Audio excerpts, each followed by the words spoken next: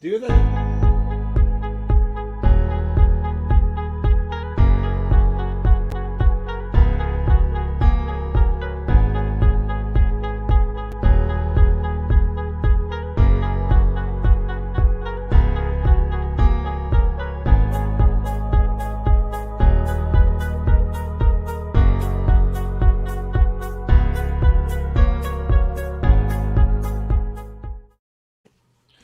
Good afternoon, and welcome to another episode of our Friday show. I'm Dave Kluge. I'm here with Steffi Smalls as usual, and we've got a fantastic host on, or a fantastic guest on today. I'm sorry. I mean, do you want to take the hosting duties? We can Host. flip up.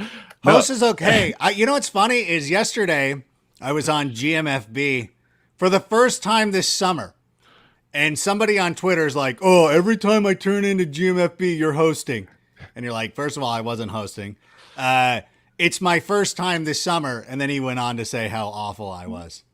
Well, I didn't get a chance to check that out, but hopefully it wasn't thank awful. you. I mean, you filled in as a great co-host for me on 2 Point Stance just a couple of weeks ago with Lauren Carpenter. So, you've got the hosting chops. No surprise there. But let me go ahead and introduce you really quickly. NFL Network's Adam Rank. You've been on TV. You've been a Twitter superstar for a long time now.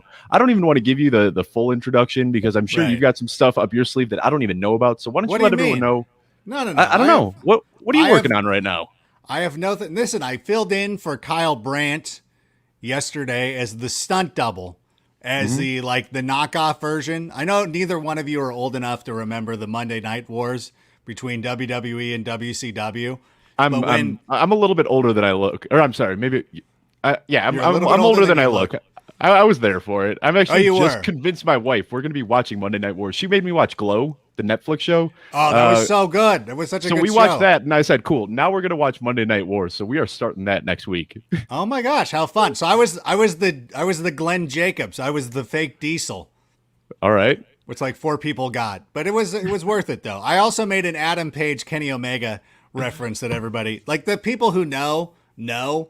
So they are always like, that was so cool, like great. And then like the producers are like, I don't know what you said, but I'm assuming it was funny, so we'll just go with that. Yeah, there's a lot of overlap between wrestling and fantasy football, I've noticed. Never really would have made that, but there's a lot of overlap there. Well, we were the dorks of high school.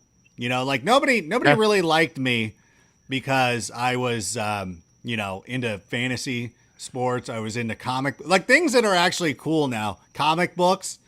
And not even like, I know you're like, oh, you like Batman? Like, yeah, sort of, but I liked Archie.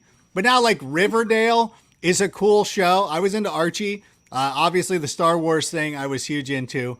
And I'm sorry, am I taking too much time? I already feel like I'm talking too much. No, please. I feel like Stephanie's looking at me like kind of like I'm used to people looking at me like this. Like, does this guy ever shut up?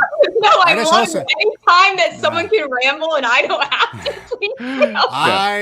I am out there. That's my life. This is what I do. Is I hang out with a bunch of parents and they all just sit there and they look at me like, who is this person? Because I don't like silence. Like I always have to fill it. Like I always feel like I got to say something. You know what I'm saying? Like it's just one of those things. It's one of my, I don't know if it's a tick or whatever. And I don't know if you knew this because it shocks a lot of people when I say this, that I do stand up.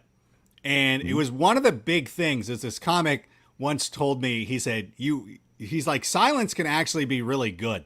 He's like, especially like if you think about it, when you're doing setups and things like that, you really want people to buy in. So you want that silence because you want their attention. Now, after the punchline, not so much. But you have to work on not fearing the silence of when you're trying to set up for a joke, because that just means that people are listening and they're not trying to butt in and they're not trying to do whatever. But still, in my day-to-day life, anytime there is silence, I've always just got to be like, like. I relate to that so much. It drives my roommate crazy too, because I need like background noise. When it's too quiet, I start going crazy. Like I just at least put music on in the living room or something. It doesn't have to be loud, but I hate silence. I don't like it either. And the thing is like, I'm a quiet person. I would rather not be the person doing it. It is like, I always used to love hanging out. I just don't see him that much anymore with Dave Damashek because he always talks.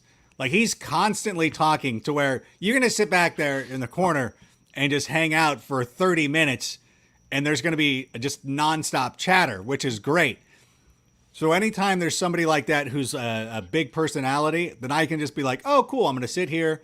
I'm going to drink a Red Bull vodka or whatever I'm doing and mind my own business. Because otherwise, if nobody's talking, then I feel like it's my duty. Like I signed up for this at some point to be like, oh, I'll talk. Like who remembers the White Sox uniforms from the 80s?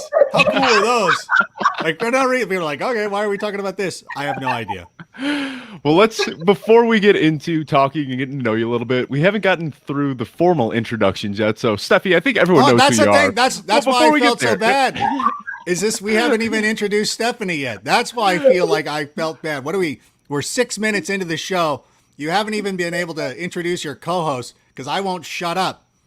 And I just keep talking. So the floor is yours, Steph. The floor is yours. Is it still mine? Go ahead. It can be anybody. The silence part for now, and then we'll go on. Well, we can bounce off each other. But I'm excited because Adam called me Stephanie. The first time ever someone has actually called me what I like to be called. So everyone knows me on Twitter at Steffi Smalls with 3 L's. Can I not call you Stephanie? No, that's my favorite name to be called. Is that not appropriate? It is. I think funny thing. Nobody calls her Steffi. She goes by Steph or Stephanie, but for some reason, when she started her Twitter handle, she went with Steffi, and now she has trapped herself into a name that she hates to be called. I love Stephanie. I will. You know what? I always find that out too. Is like people always back into things like I hate being called that, but they just continue to call me that. And a lot of times it's people not being called by their first name, like by their full name. Yeah. And whether it's Stephanie, because I used to, it's not weird. One of my old girlfriends, we used to work together, and everybody called her Bunny, and I hated that nickname, and I was the only one that called her Stephanie. And I always find that out though, because I'm happy to do that. Because also I never get called by my first name. Like I think there are people who still might not know what my first name is, and it is weird when people do address me by Adam because you're like, oh, me?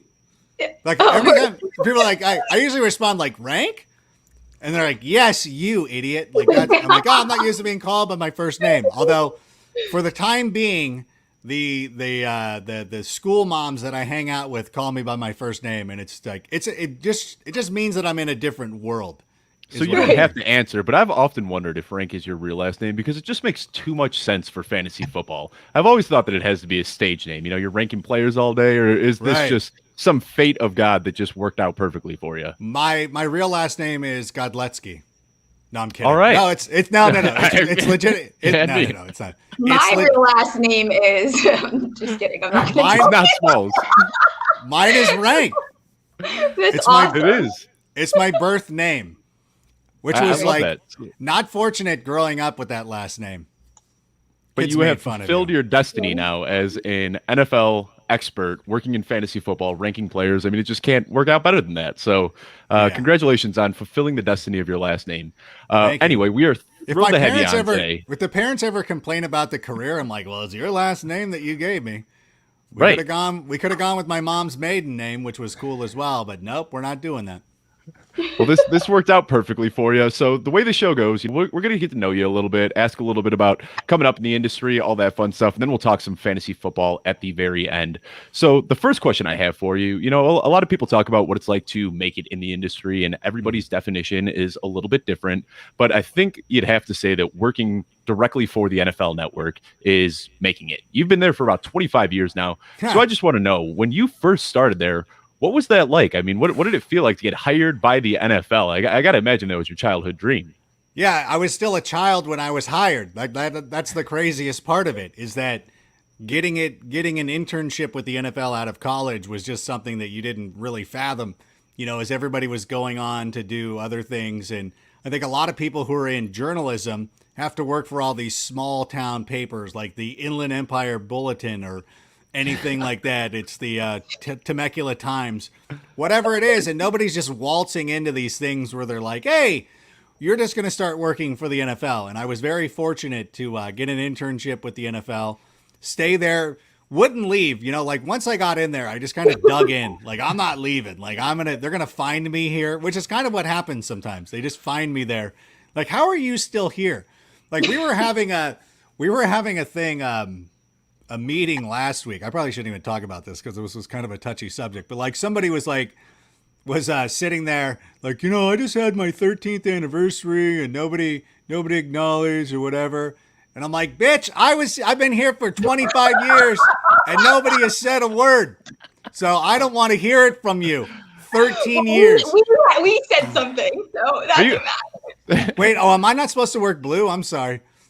Oh no, you can say whatever you want on this. This is an unbranded show. Yeah, we can talk about whatever. I didn't even add. I usually wait for one of the hosts. Okay. You saw my Twitter, and this was already a comfort zone. It's cool. Yeah, we've had some guests that have talked about their history of experimenting with drugs. We've had this show get a little bit off the rails in the past. I can do there's that nothing too. off limits there. Yeah, you live in California. I assume. My God, my wife once asked me that. She's like, what drugs have you done? I'm like, acid, cocaine, speed, shroom, marijuana, ecstasy.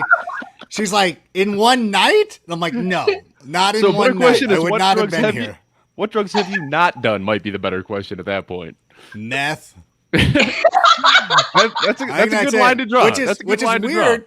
I live, and if anybody's familiar with California, I grew up in the Inland Empire, where if you would have guessed one drug that I would have done, meth would have been the overwhelming choice. But for whatever reason, I did not. Growing up in the meth capital of the world, although Albuquerque's kind of taken the throne because of Breaking Bad. By the way, interestingly enough, when they were pitching Breaking Bad, they were gonna set the show in the Inland Empire of Southern California, but I don't know. I think it probably costs too much money to do TV out here now, so they had to go to New Mexico. New Mexico pays you to do shows there, I think. I had heard about meth, but living in Chicago, it wasn't a thing. People didn't do that. And then I moved out to Colorado, and it's a big thing out here. And it's something that I wasn't really too familiar with. The homeless people in Chicago just kind of mind their business. Here, they run up to you, and they're getting in your face, and they're trying to take stuff out of your pockets. It's definitely a problem out here. I was on the phone with my brother who lives in San Diego one day.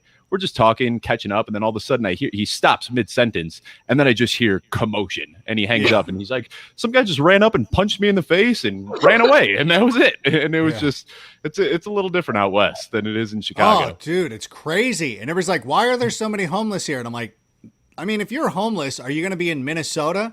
Or are you going to be living on the beach in California? Like, of course, that's just the move I think it's a weather thing more than anything. Yeah, I wouldn't want to be homeless in Chicago. That seems awful. Well, let me ask you about that too, because you grew up in Chicago and you're in California. Oh no, I'm sorry, you were born. You were born in Chicago. No, grew up in California. Yeah, my parents are Illinois people as well. My dad grew up in a town called Sterling, which I think is actually closer to Davenport than it is to Chicago. My mom grew up in one of the suburbs, Oswego, which used to be like the most remote place ever. Yeah. Oswego, Illinois. And now it's just a suburb. It's just there. It's just Oswego as we're on our way to Sandwich or Newark or one of those other small towns. Like, to get to my cousin's place, you have to leave Oswego and go about 90 for an hour. Like, this isn't like, usually if you tell somebody like, oh, you're like in California, you're like, how far away is that? Like, oh, I'm an hour away. You're like, oh, so you're like 13 5 miles. Yeah. Right. Illinois out in the sticks, like when you're an hour, you're an hour. Like, that's just flooring it. And so they live like super remote. But my dad, when he got out of the Navy, he's like, we're done. He's like, I'm out. He's like, I'm not living in the snow anymore. He pulled the Tom Brady. Like, he's like, hey, I grew up in the snow. It's time for me to leave. So we ended up bouncing and coming. We actually stopped in Georgia. We went to the South. Yeah, we went to the South for a year. There was an ice storm the first winter. My dad's like, nope, not doing this. So the 5 of us moved to California. So with that move, going down to Georgia, over to California, you didn't spend a lot of time in Chicago, but you still retained your Bears fandom. Yeah. What's the reason for that? Is that just your parents, or did you actually like the Bears growing up? Family guilt. Yeah. Making me do it. Yeah. You think I would have? No. It is legitimately one of those things. I'm not sure if you're aware. You might not be old enough to remember this, but Southern California didn't have a football team for the longest time. And so you were kind of forced to follow the team that your parents liked. Like, you get a lot of that. Like, you get a lot of of people in Southern California who will be, oh, I'm an Angels fan, I'm a Lakers fan, and I like the Bears or the Vikings or whomever it is. And you're like, what? And like, oh, that's where my family's from. So obviously that'll be changing in the near future, especially if the Rams continue to be very successful or if Justin Herbert becomes the guy that we think that he can be. We'll see a lot more people transitioning to be fans of those teams. I still kind of thought about it as well with my children. I'm like, should I make them be Bears fans? Like, is this the right thing to do? And then I bought them Cutler jerseys and I said, you know what? You're in. You're in this. I think you have to. That's the only way you become a Bears fan. Nobody willingly is like, you know what? I want to root for the Bears. That team that just has a terrible franchise. That's who I want to root for. The one with the poor ownership and all that. Which actually reminds me, we did this show a while back where it was me, you, and Mike Tagliari, and all we talked about for that full hour was the Bears. And that was pre-draft, a couple days after Kyle Fuller was cut. And that was the most depressing show I've ever done. We didn't have anything fun to talk about, but things have changed quite a bit since then. Justin Fields, obviously, is the big change. What are you expecting to see from Fields this year? Are we going to see 17 weeks? Or are we going to see just the end of the season? What do you think? We won the Super Bowl. Like, that's what it felt like. That whole night and everything that's gone on after that, it feels like we've won the Super Bowl. Like, I saw that the Dodgers were at the White House today for some reason. I think they won some tournament last year. Some like 13, like what was the baseball playoff thing? Like I live in Southern California and I'm like, what were the Dodgers there? They're like, they won the World Series. And I'm like, they had a World Series last year? Like I completely blanked. Vaguely remember that. I feel like the Bears should go to the White House just for drafting Justin Fields. Like, hey, Joe Biden is welcoming the Bears to the White House today for drafting Justin Fields. I think Matt Nagy is committed to going with Andy Dalton for that first game. Like I just think that he knows that how good that defense is with the Los Angeles Rams, and that, hey, you know what, maybe he shouldn't start his first game on the road. Although, if we're being completely realistic, if that crowd is a 50-50 split, I will be very shocked, because I'm fully anticipating that stadium, SoFi Stadium, the very first LA Rams game is going to be 70% Chicago Bears fans. It wouldn't surprise me. Also, you're both welcome. Neither of you thanked me for Justin Fields, because essentially my team gave you him. So I do want to hear the thank you. That's very true. We wouldn't have gotten Justin Fields if it weren't for the Giants trading us that pick. I mean, when they traded up, I was terrified that they were going to call Mac Jones his name. I was having flashbacks to 2017. I had my fist pulled back, just ready to put it through my TV when they traded up for that pick. And thank God that they righted that wrong and took Justin Fields and sort of made up for passing on Deshaun Watson. It was almost like an excruciating replay review where you're kind of sitting there and it looks like your team scored a touchdown to just win the Super Bowl, but it's under review. And it could go either way. Like, it's 50-50 at this point. You're like, I don't know which way they're going to call it. That's how, because you couldn't celebrate it. I think any fan of any other team would have been celebrating, like, we're getting Justin Fields, like, what up?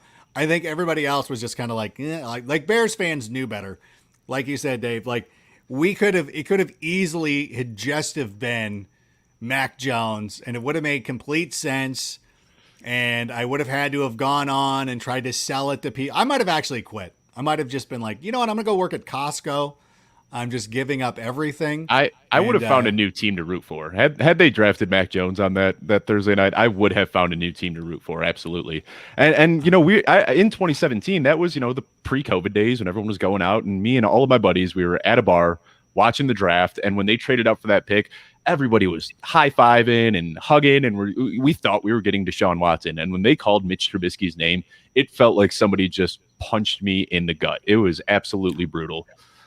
Steph's got to move. She said she popped up in the chat. She said that her battery was dying, so she needs to go to another room and plug in. And she'll be right back in just a minute. So now we can. Is she mad at me? I think she hates me. Now we can just rag on the Giants for the next few minutes until she comes back, and what a terrible pick Kadarius Toney was, and how Daniel Jones is never going to live up to what she wants him to be. How mad is she? She's so upset with me. Right? Oh, okay. She can. All right, so we won't rag on the Giants anymore. But so I want to ask. So what do you think is going to be the week that we see Justin Fields take the field? I don't think it's going to be week 1, playing against the Rams on the road, primetime game. I don't want to see Justin Fields play that game. So realistically, when do you expect to see him take the field? It is one of those things similar to Shohei Ohtani taking the hill against the Yankees on Wednesday. For all the popping off that we were doing as Angel fans, we're like, God damn it. Like, I know this isn't going to go well. Like, he's going to get squeezed. Like, I told my friends before the game even started, I said, no matter what happens, he's going to get squeezed. He's not going to get any borderline call because umpires are just dicks and they want to be part of the show. And so Ohtani's going to have to groove every single ball. He's either going to give up 3 home runs or he's going to walk a bunch of dudes.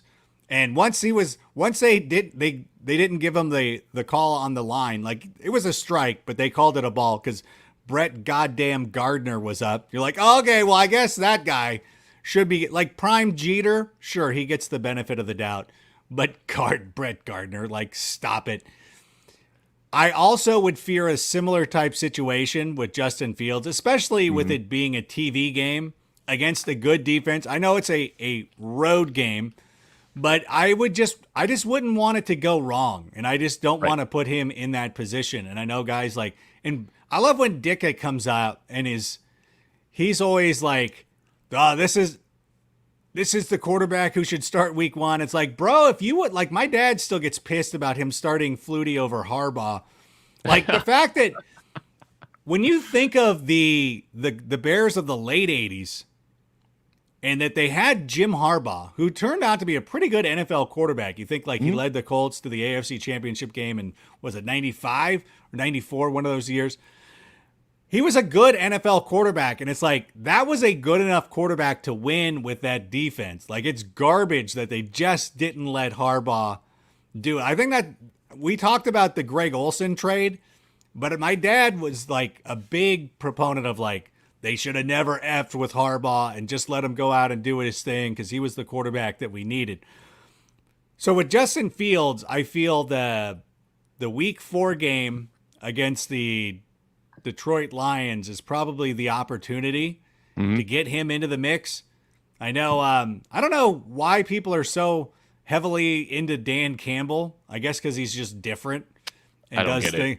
But I'm like, yeah, I don't know. Like, okay, it's fun. Like, it's enjoyable. Yeah. And I think I liken the Lions to a mid-carder in professional wrestling who's now just doing like an entertainment gimmick. And the Lions are a mid-card team. Like, the Lions only exist so we can actually watch good NFL teams do their thing. And we need somebody to go out there and do the job at some point. That's the Lions. And if you want to be entertaining and have a clown show as a head coach, I'm all for it because I think that's cool, and we can talk about it on Thanksgiving. Fighting kneecaps and getting a pet lion to trot out at practice. I mean, I don't know what he's doing over there, but it is definitely making for some good stories during a slow time in the offseason. Well, hold on, Joey Wright. Fandango was over, okay? And I don't know if Fandango accidentally followed me on Twitter, but he's following me on Twitter right now, so I feel pretty great about that. But Fandango was over, and the WWE ruined that. But yeah, the point is the same. What is this, like a nap on Thanksgiving? Like, they're the early, like, you're not even up for that game. Like, that's the great part about the Lions. That's the pre-dinner nap, not the post-dinner nap. That's the pre-dinner nap. What are you talking about? They come on at 9:30 in the morning. It's right. Everyone's watching the parade. No one cares. What parade? She's up in the Northeast, so I assume there's some parade in New York. I assume there's something in New York. Parade for Thanksgiving. Okay. I think that's a New York thing. Stephanie. Is the Macy's parade like an actual thing? It's like do people care about it? People, I don't. But people but like, do people care about it? Yeah, it's like a big thing. Like, people wake up early and like all sit on the couch and cuddle and like watch it together. Like the Rose Parade, like that big of a deal? I guess it depends on where you're located at this point. I'm learning something new from this, that not everyone thinks that the Macy's Day Parade is a big deal. I didn't even know, one of my neighbors mentioned it the other day. Or not the other day. She was like talking, because she's a New Yorker. and she made a reference to the Macy's Day Parade. I'm like, what is that? I'm like, oh, I remember like a Miracle on episode of- 34th Street. Like there's an episode of Seinfeld where they pop one of the balloons, or I think they reference it in Friends or something. And I'm like, is that a thing? Like, I've never watched it. And for the longest time, I've got children now, so I'm up. And we play the Lions on Thanksgiving this year too. We've done that. This will be the twice in the last 3 years. So, but it used to be that thing like the Wednesday night before Thanksgiving was always a huge party night because you would go out to Black Wednesday. Oh yeah, Black Wednesday. Yeah, yeah, huge in Chicago, especially. Yeah, everybody's back in town. Like, hey, who's going to the office? Who's going to Miguel's? Yeah, you all go to the watering hole, whatever the local watering hole is, and then you see people that you don't want to see. It's a blast. Like, are you going to Taco Surf tonight? Or are you going to Turks? Like, yeah, like I'm going to Turks, man. Actually, I wouldn't go to Turks. That place sucks.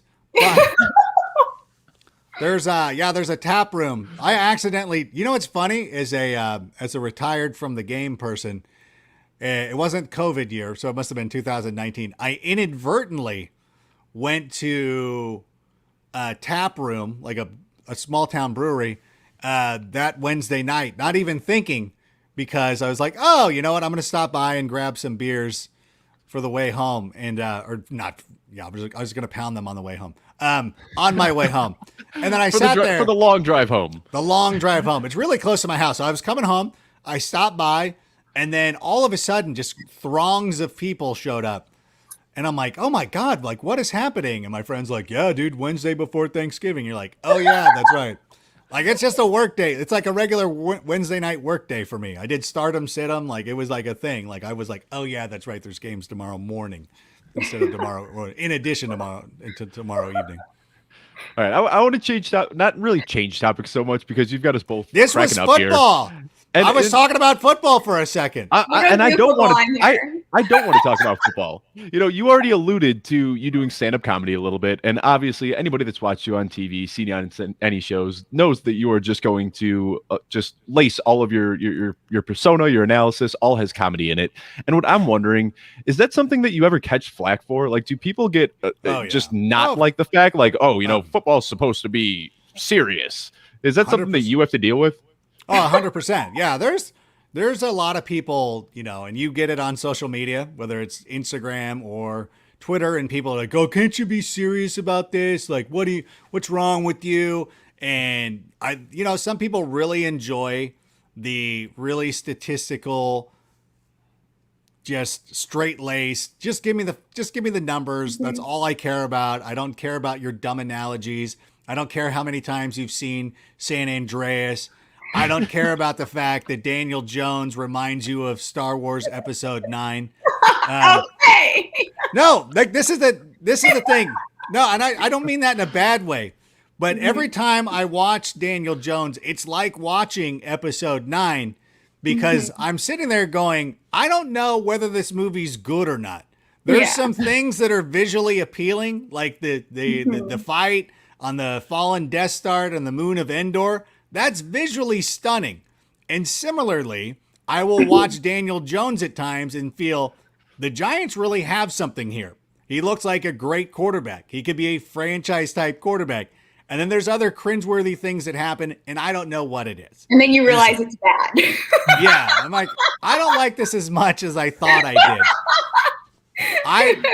I literally have never watched Star Wars Episode 9 outside of the time that I saw it in the theater when it came out. Imagine having to watch it every Sunday, Adam.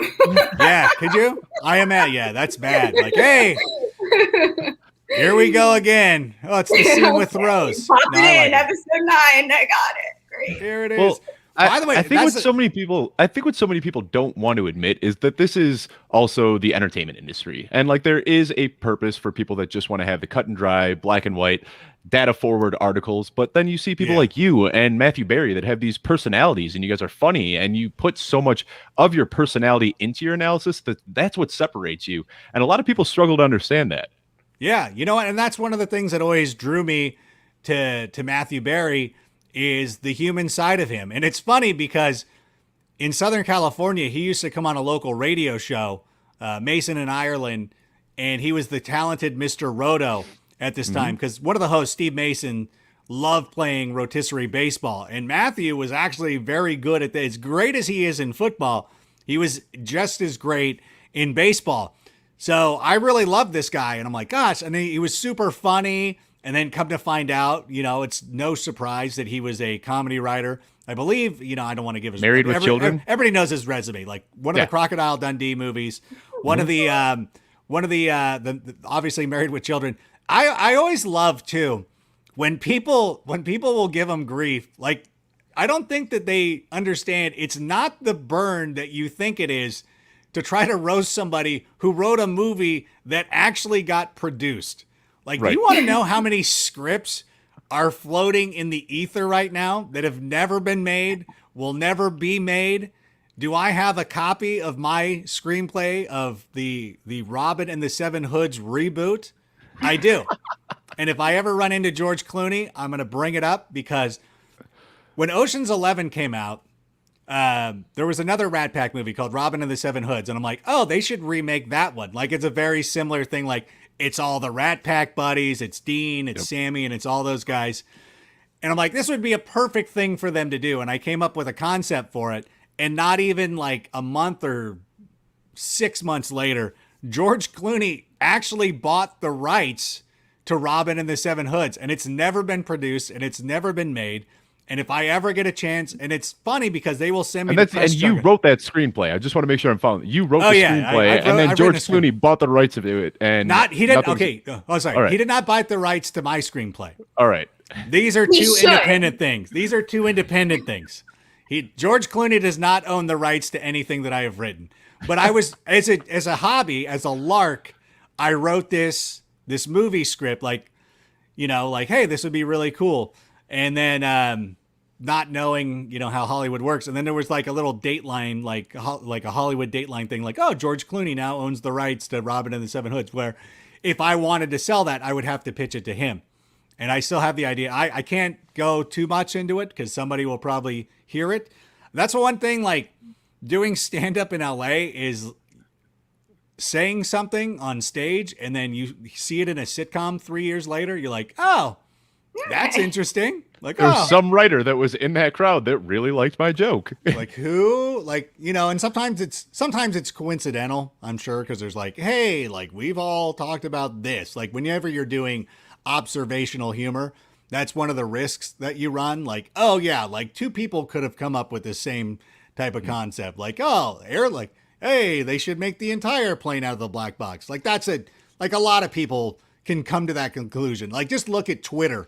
Like anytime something happens and how many times jokes get repeated, you're like, yeah, a lot of people are coming to this. It's called, hack jokes. It's the obvious joke or whatever. But when it's something that's like super personal, you're like, that literally happened to me. Like that is coming from my life. Like I always have, cause like I'm a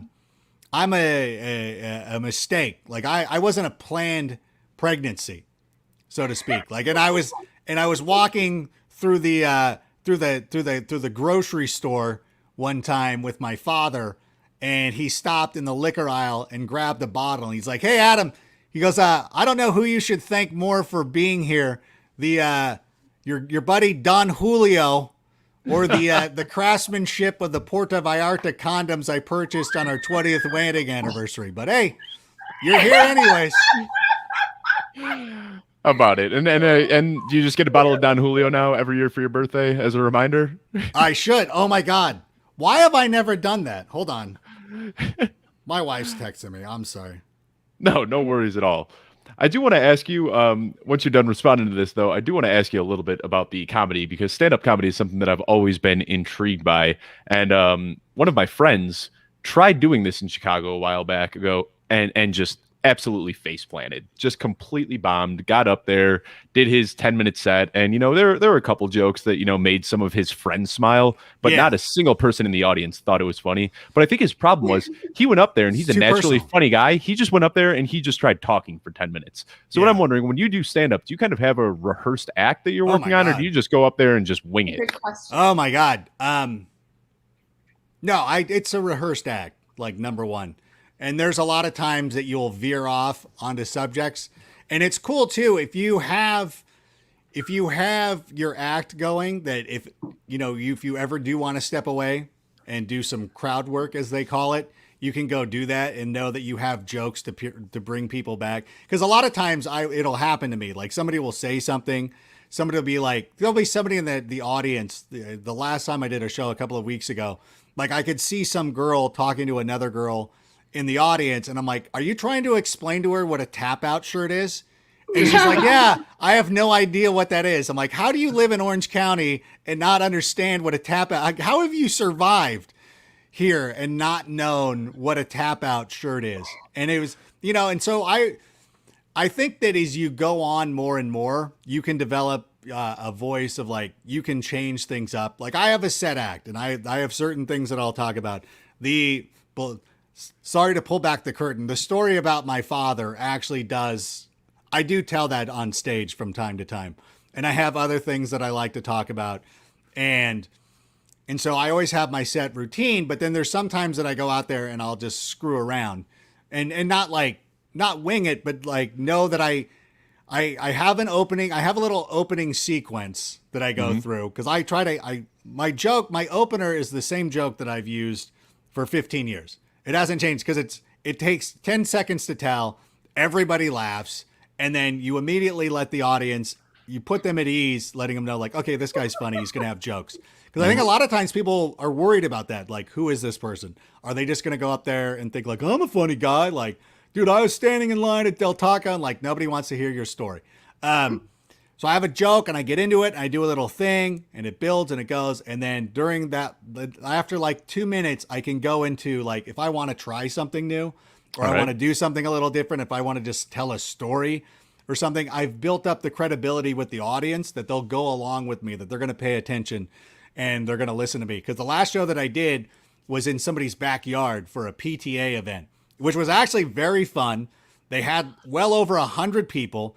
It was a bunch of PTA parents liquored up on White Claws, who had been locked up for 15 minutes or 15 months, I should say. We're ready to go.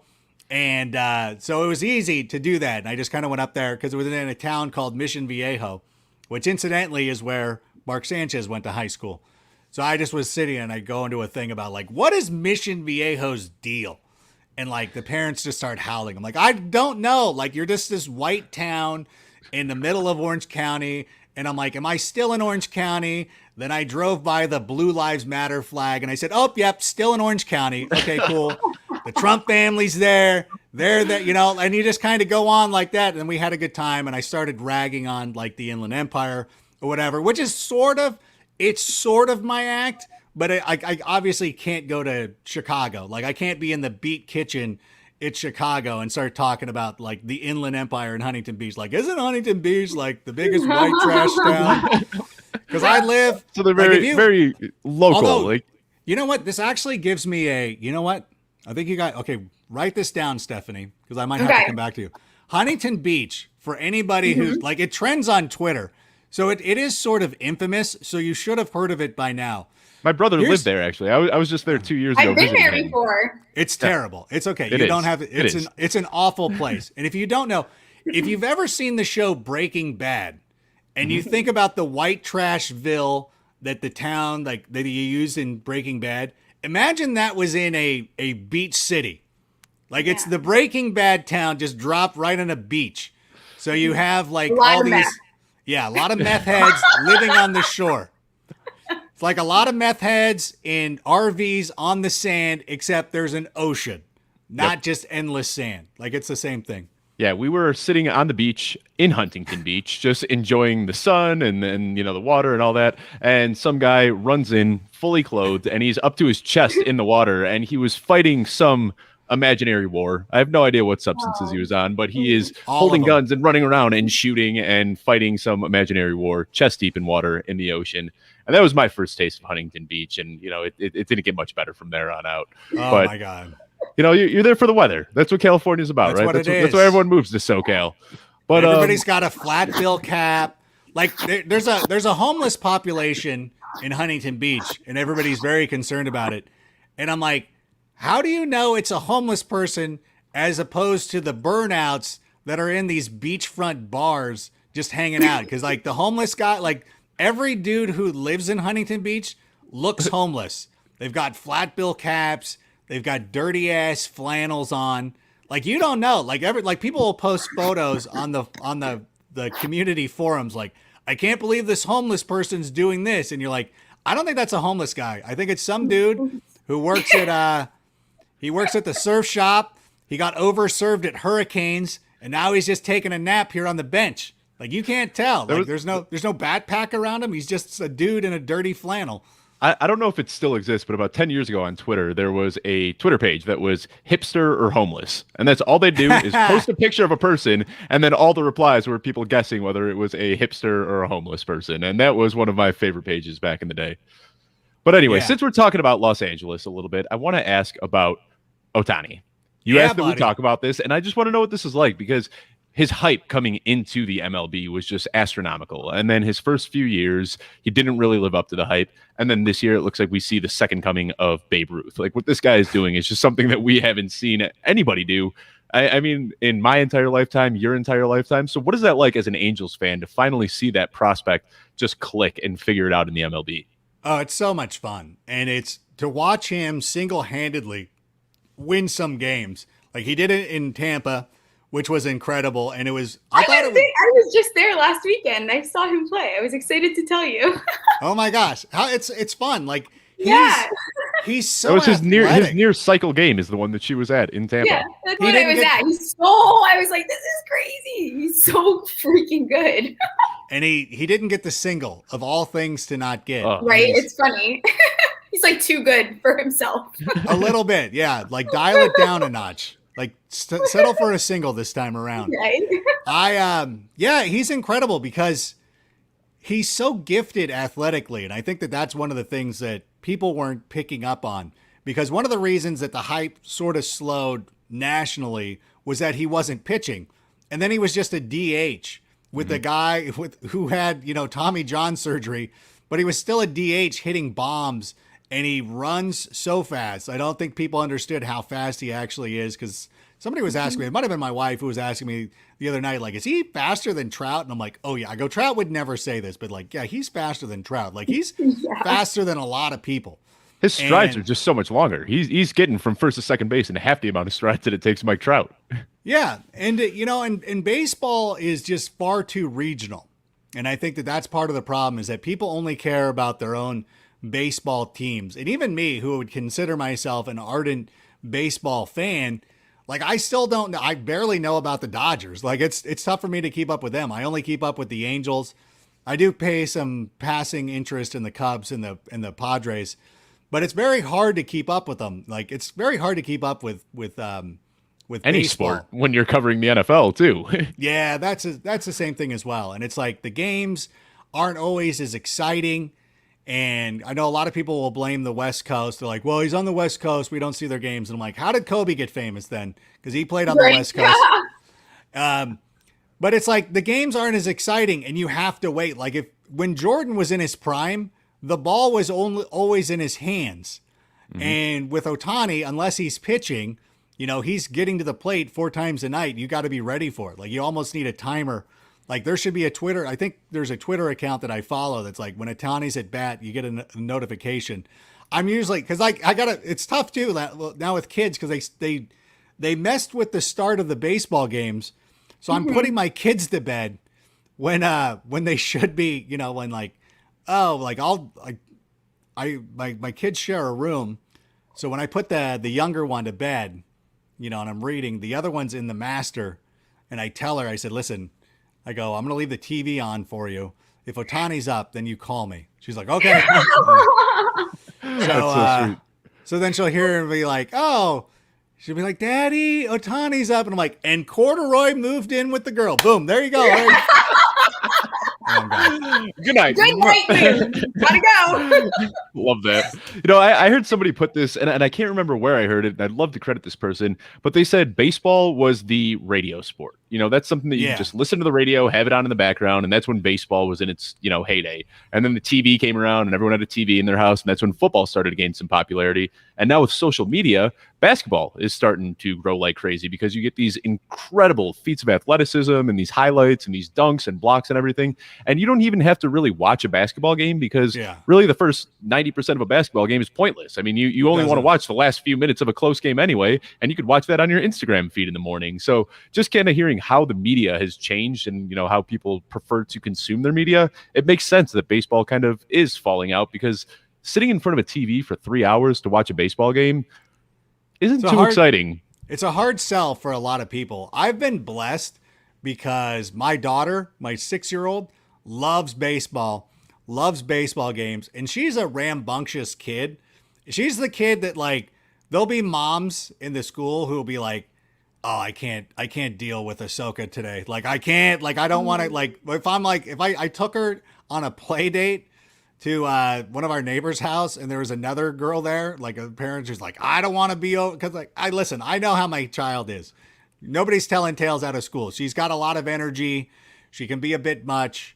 And so I get that. So she's very fun. She's very smart. She's very energetic, and she's got a presence about her. When she's there, you know that she's there. And I wonder where she got that from, Adam. I know. And it's good. I feel like you're reading notes from like parent-teacher conferences from when I was in school. I'm having flashbacks to my parents telling me like you're a little much sometimes. I was definitely an A3. Like that would be A, but 3, my behavior needed improvement. So she's like that. And you know what? She's in dual language, Spanish immersion. So she's crushing it. So she's a great child, but she's got a lot of energy. And the very first time I took her to a baseball game, 2-3 years old, whatever it was, I was very concerned. I'm not one to leave ball games early. And I was resigned to the fact, like, we're probably going to have to leave early because, like, it's a child. Like, I know everybody tells these stories. That kid sits there through the games, like, not on tablets, not on anything. She just sits there and she watches and she hangs out. She stuffs her face with all sorts of goodies, but she watches it. And the game 2 years ago, the Fletcher was safe game, was an extra inning game against the Baltimore Orioles that went 14, maybe 15. Fletcher was safe, by the way. She stayed for the entire contest. And wow. She strutted out of that stadium. It's like 1 a.m. and she's strutting out. She's doing a little Conor McGregor walking out. Ooh, yeah. And at first I was like proud. And then I was like, girl, we lost. Like, calm the fuck down. Oh, sorry. No, you're good. Calm down. I was upset. But there were parents looking at me like, oh, you're keeping her out kind of late. I'm like, I've seen people like you leave Disneyland this late and you think nothing of it. You'll walk around with your kid parked in a stroller, making them stay longer than they wanted to. Like, she had the option at any point this evening to go home, and she did not want to leave till this game was over. Now we're leaving. And there's also a remnant of the All-Star game. There's a Mickey Mouse that is holding a baseball, painted in Angels logos and whatever. We always go and take a photo with that Mickey if the Angels win. And if they don't, then we don't get to see Mickey. So she's also developed this vested interest because she wants to go see Mickey. And then if we don't, then she's literally upset. And she's very distraught. She's like legitimately my spirit animal. Yeah. Like, I feel like everything that you've described has almost been myself as a child to a T. Awesome. And like even watching sports was always the thing, like that you can guarantee that I'm going to be cheering, but I'm at least sitting down, being quiet, stuffing my face with something. And that was my saving grace, I think, for my parents, is that as long as the game was on, I was totally cool. Yeah, just do whatever. What is your go-to snack? Like, are you a popcorn person? Are you nachos, Sour Patch Kids? I cannot eat popcorn without it getting stuck in my teeth. Like every single time, it's like 3 days later, I'm like, oh, I've still got that kernel up there, and now it's swollen. So I hate popcorn. I can't do Sour popcorn. Patch are fantastic. I also am a huge pretzel person now. Oh my gosh! I cannot leave unless I don't feel satisfied until I had a pretzel. I think I had 3 at the game in Tampa last weekend. Like I used to live across the street from Wrigley Field when the Cubs were terrible. So I'd get off the red line. I'd have to walk past Wrigley Field to get to my apartment.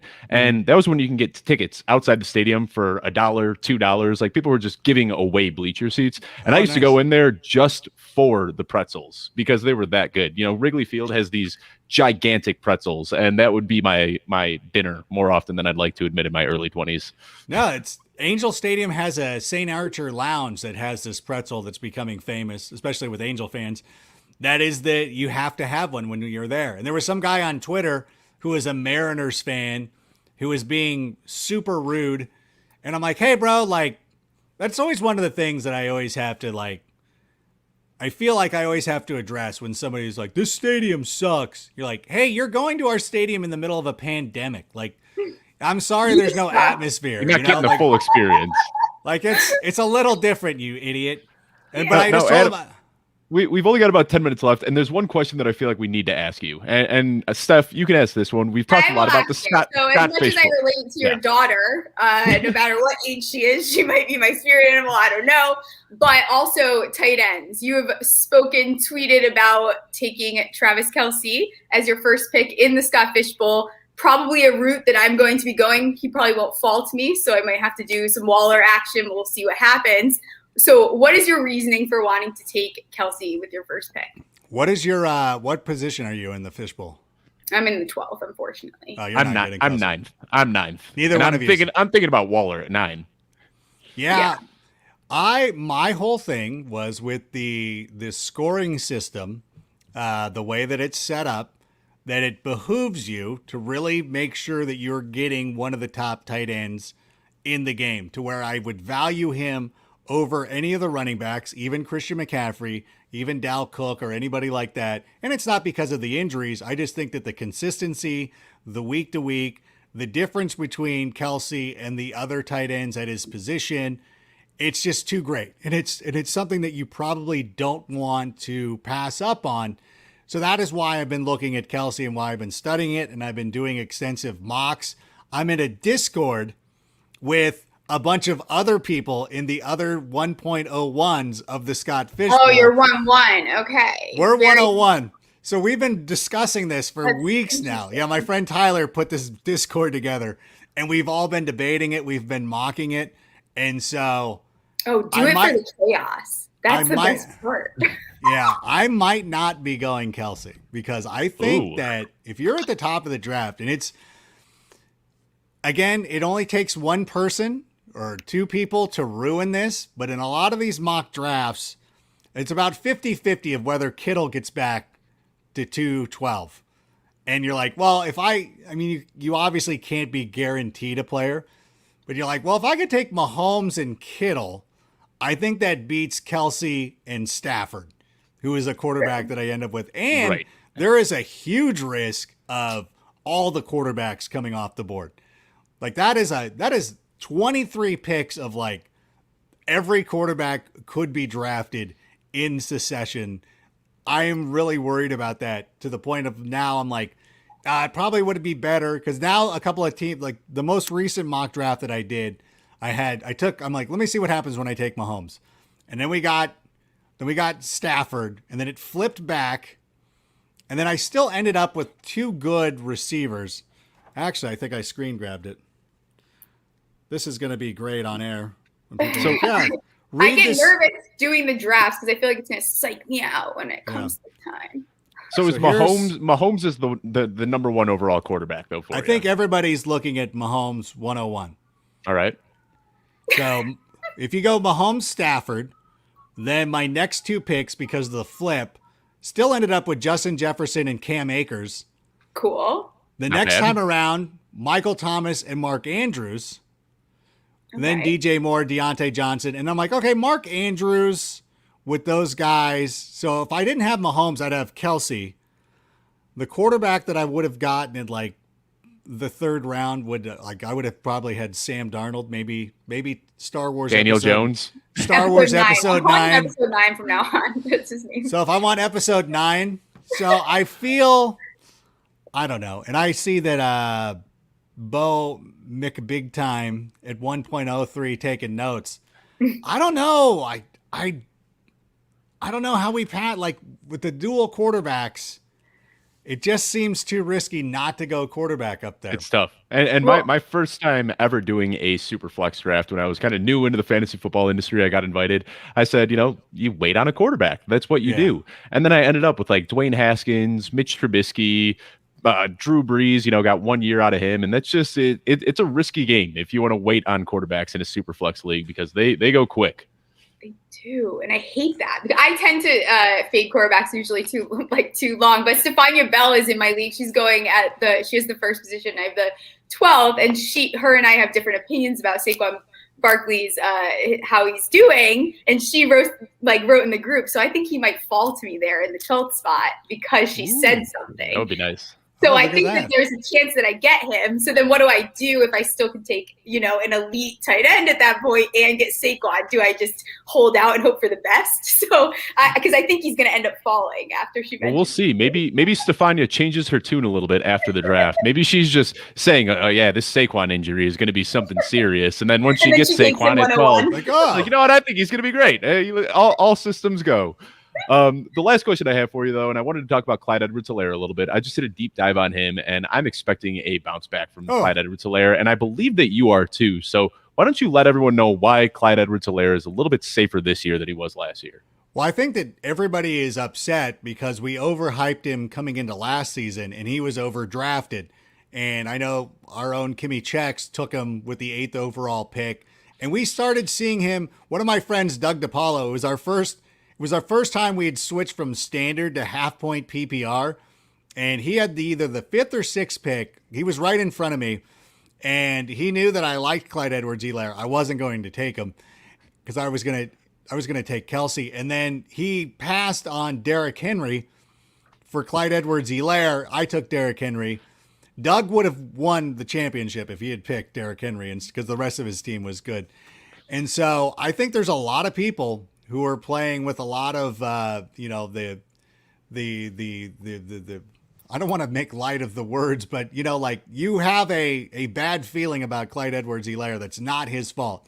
It's like, you're the one who overpicked him. He was, what was he, the running back? I know the scoring varies, but roughly the running back 20. Top 20, fair to say, depending on your scoring. Like a top 20 running back, which, like other rookies, if you would have taken him in the 4th or 5th round, you would have been very happy with his production. Mm-hmm. I think a lot of the things that held him back, we saw it in week 1, it was very concerning, is that he couldn't punch the ball into the end zone. 6 attempts inside the 5-yard line and not a single touchdown on a primetime game.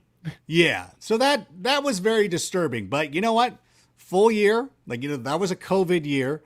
That was a not really working out with the team year. Now that he's got that under his belt, I think that Andy Reid has produced enough fantasy winning running backs that with Clyde Edwards-Helaire, where his ADP is currently, which is roughly the 3rd round outside of the Scott Fish Bowl, but unbelievable 3rd round, that's perfect. That's unbelievable. That's what you want. Like you can take one of the elite, if you're playing in a non-Fish Bowl league, you can take Kelsey, or you could take, a couple of wide receivers and then go Clyde Edwards-Helaire. If that's your first running back and you're getting him in the 3rd round, I think you're going to be fine.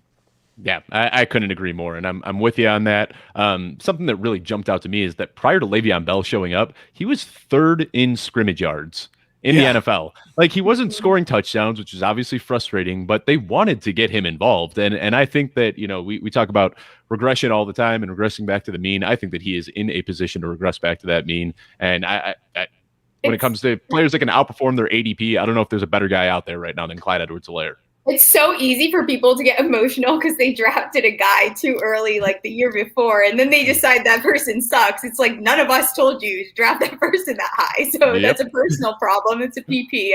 I can't help you there. It's a PP. Like, if you went out to some like hipster boutique in Soho and spent $500 on a members only jacket, you're going to have a different experience than the guy who went to the Goodwill shop and purchase one for $5. So don't get too worked up about last year's price and only concentrate on what's going on right now. What are you drinking, Stephanie? I'm having some Riesling because I'm on family vacation. That's why my background is all. We're at my beach house in Maine. So that was a baller move right there. It's our family's beach house.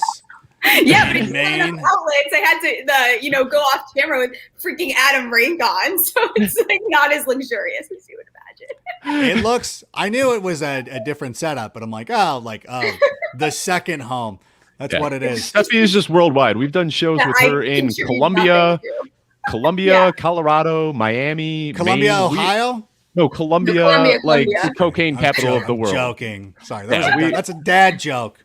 Yeah, I think Steffi showed up to that one. She shot from a bed in a hotel room in Columbia, double fisting margaritas. I mean, that was a great show. That was a good one. Lauren was on that episode. Oh, that was nice. a fun one. Yeah. Well, if I wasn't doing Total Access tonight, I'd be having. Oh shoot, I got to pick up my boy too. By the way, that as well. We will wrap it up. We are out of time. I am done for the evening. So maybe I'll go open up a bottle of Riesling myself. Is it a holiday weekend for you? Do you get Monday off? I am actually doing the Scott Fishbowl Potathon Monday, but that's not until Monday evening. Troy King and I, we're going to be on at 6:30 Eastern, so we'll be doing that. Linda and I are going to be on at 1:30 a.m. They saved us for some energy right in the morning. But I will be leaving tomorrow morning. I'm driving up to Wyoming, and I'll be doing some camping up in Vadavu, and then come back Monday for the Scott Fishbowl. So this is a holiday weekend for me, and I'm ready to get it started right when we end this show. Am I on the Potathon? Am I on that? I don't know. Do you want to join? I mean, we could bring another one on. If you want to join Troy and I, we can do it. Let me know. All right. I'll shoot you the details. Is Stephanie going to be on it? I'm going to be on at 1:30 a.m. I'll do that one. Oh, it'll be 10:30. It'll be 10:30 my time. That would be okay. Come on by with Linda. We blast. I always like because with the one that we're going to do next weekend, as I always tell them, like either put me early in the morning or late at night because I have no problem coming in. Bringing the energy, whatever we got to do. I have to pick a time for that. He messaged me again today. I realized I never picked a time slot. While we're talking about Potathons, though, I will also see you in 2 weeks. Lauren Carpenter and I, we're going to be at the slot immediately after you and Mike Wright on the Hayden Hurst Foundation Potathon. So I'll see you there in not this weekend, but the following. So yeah, we'll be rubbing elbows a little bit over the next couple of weeks. But I want to thank you so much for coming on. Thank you. As always, an absolute blast to get it to chop it up. Was it okay?